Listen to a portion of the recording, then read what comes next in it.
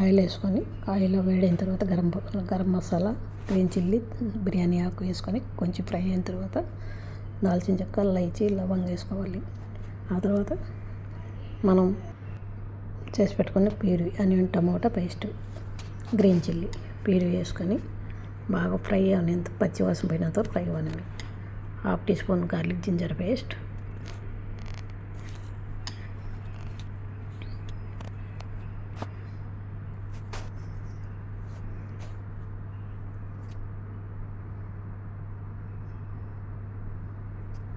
Half teaspoon haldi powder,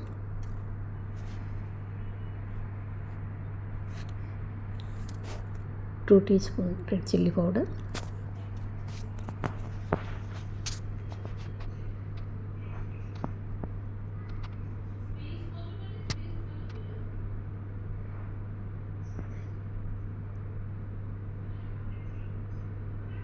3 teaspoon sugar,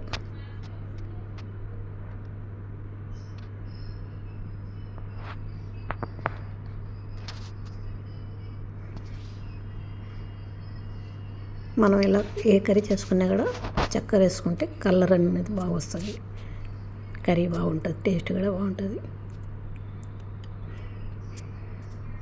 ఏ కర్రీలో అయినా కూడా 1/2 టీ స్పూన్ 3 టీ స్పూన్ చక్కెర వేసుకోవాలి. ఇప్పుడు ప్రాన్స్ పక్కన ఫ్రై చేసి పెట్టుకున్న ప్రాన్స్ని వేసుకొని బాగా ఫ్రై అవ్వనివ్వాలి. మసాలా ప్రాన్స్ బాగా ఫ్రై అవ్వాలి, పచ్చివాసన పోయినంత వరకు ఫ్రై చేసుకోవాలి.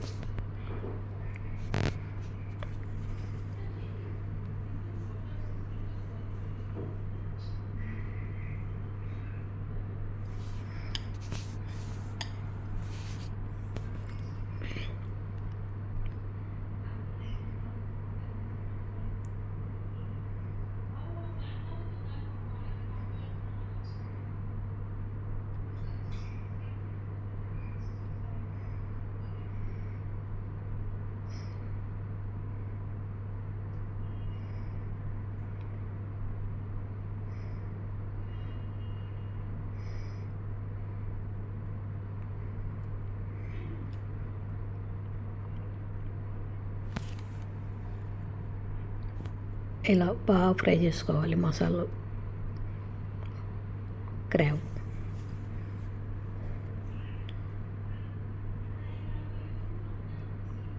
మనకు తగినన్ని నీళ్ళు వేసుకొని, కర్రీకి తగినన్ని నీళ్ళు వేసుకొని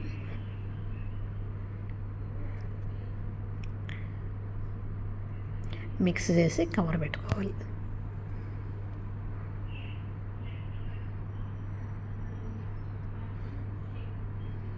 ఒక 10-20 నిమిషాలు ఉడికింది. ఇలా ఉడికిన తర్వాత కోకోనట్ మిల్క్ వేసుకొని బాగా కలబెట్టుకోవాలి.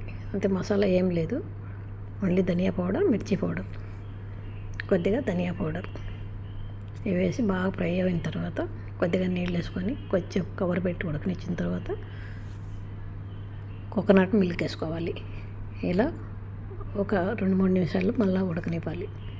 ఆ తర్వాత బంద్ చేసేయాలి గ్యాస్. నీమ్ లీవ్స్ వేసుకుంటే స్మెల్ బాగా వస్తుంది.